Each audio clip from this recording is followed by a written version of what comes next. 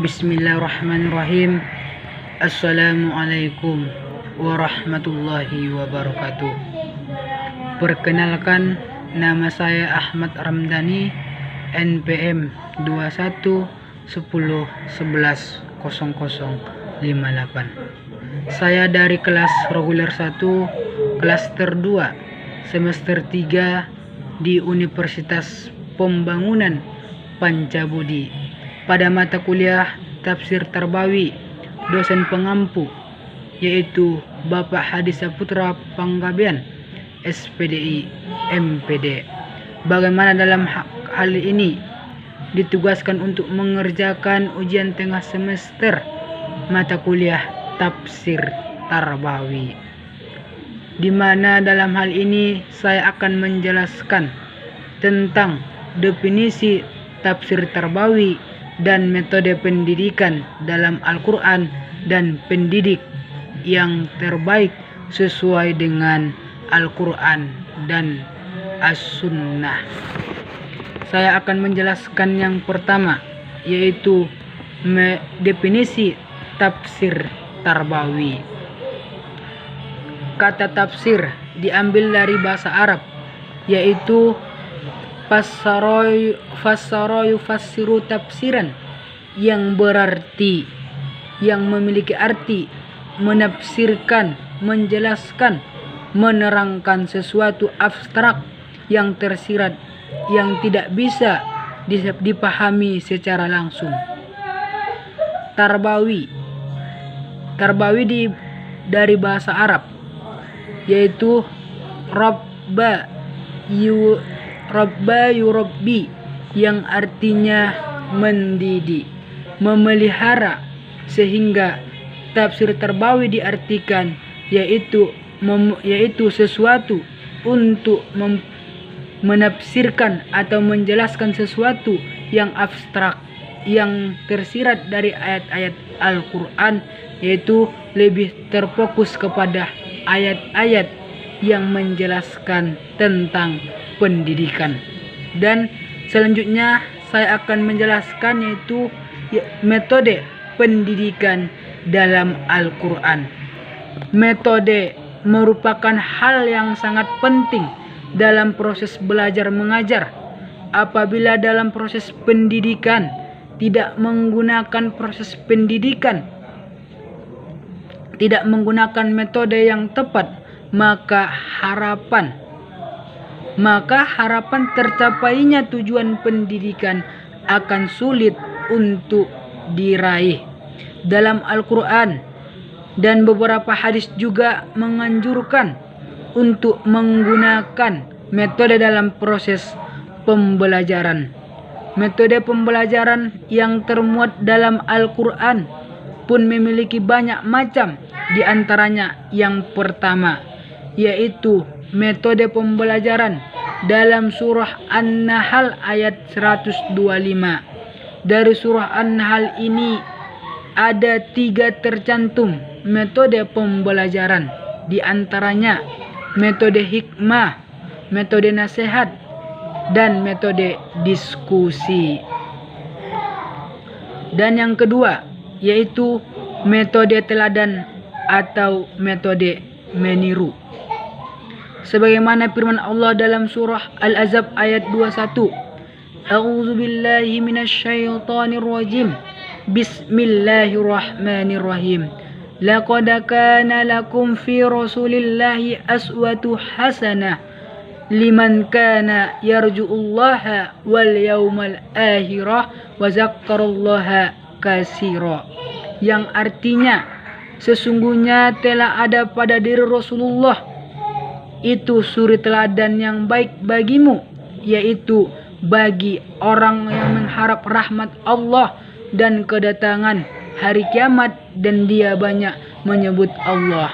Maksud dari surah Al-Ahzab ayat 21 ini ialah umat Islam diperintahkan Allah untuk senantiasa meneladani sifat-sifat baginda Nabi besar Muhammad SAW, karena beliau adalah teladan bagi semua manusia. Selanjutnya yang ketiga, yaitu metode ceramah. Sebagaimana firman Allah dalam surah Yusuf ayat 2 dan ayat 3, yaitu A'udzubillahi minasyaitonirrajim. Bismillahirrahmanirrahim. Inna anzalnahu Qur'anan Arabayyan la'allakum ta'qilun. Nahnu nakussu 'alaika ahsanal qasasi bima auhayna ilaika azal Qur'an wa in kunta min qablihi laminal ghafilin, yang artinya sesungguhnya kami menurunkannya sebagai Quran berbahasa Arab agar kamu mengerti. Kami menceritakan kepadamu Muhammad kisah yang paling baik dengan mewahyukan Al-Quran ini kepadamu, dan sesungguhnya engkau sebelum itu termasuk orang yang tidak mengetahui. Yang keempat, yaitu metode pengalaman atau praktik yang dijelaskan dalam Quran surah Al-Ankabut ayat 20. Allah berfirman, A'udzubillahi minasyaitonirrajim. Bismillahirrahmanirrahim. Qul siru fil ardi fanzuru kaifa bada'al khalqa summallaha yunsi'un nas'al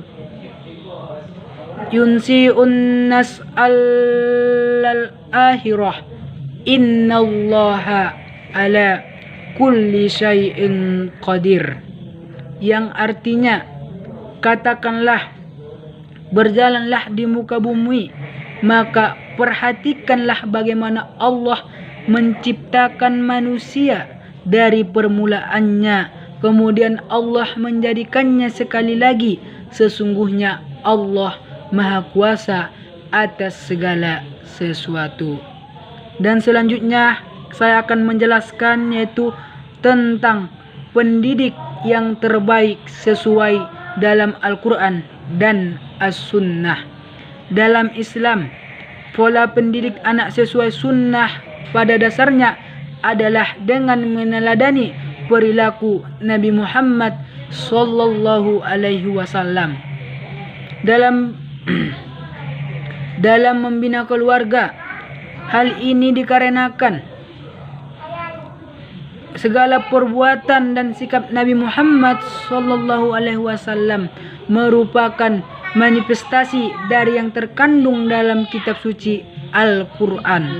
Dalam pelaksanaannya, Nabi sendiri memberikan kesempatan kepada umatnya untuk mengembangkan cara pendidik anak.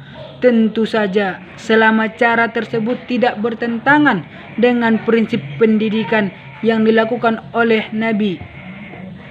Dan yang selanjutnya itu pola pendidikan Qur'ani. Metode mendidik anak ini disebut merupakan metode yang berbasis pada kandungan Al-Quran dan As-Sunnah. Dalam hal ini, segala bentuk dari pendidikan didasarkan pada nilai-nilai yang terkandung dalam Al-Quran dan As-Sunnah. Tujuan dari pola pendidikan Qur'ani adalah untuk mendapatkan hasil yang mencakup fisik, mental, serta spiritual. Ketiga elemen ini tersebut kemudian digunakan untuk membentuk kepribadian anak. Tujuan fisik yaitu dengan menunjukkan tingkah laku yang nyata berupa tindakan, pengalaman ibadah. Tujuan bersifat mental berhubungan mengembangkan tingkat inteligensi sehingga anak memiliki kemampuan untuk berpikir secara kritis dan logis. Tujuan spiritual berhubungan dengan peningkatan kualitas ruhaniah manusia yang diwujudkan dalam perilaku dan akhlak serta moralitas yang berkualitas. Demikianlah yang dapat saya sampaikan, kurang lebihnya saya minta maaf.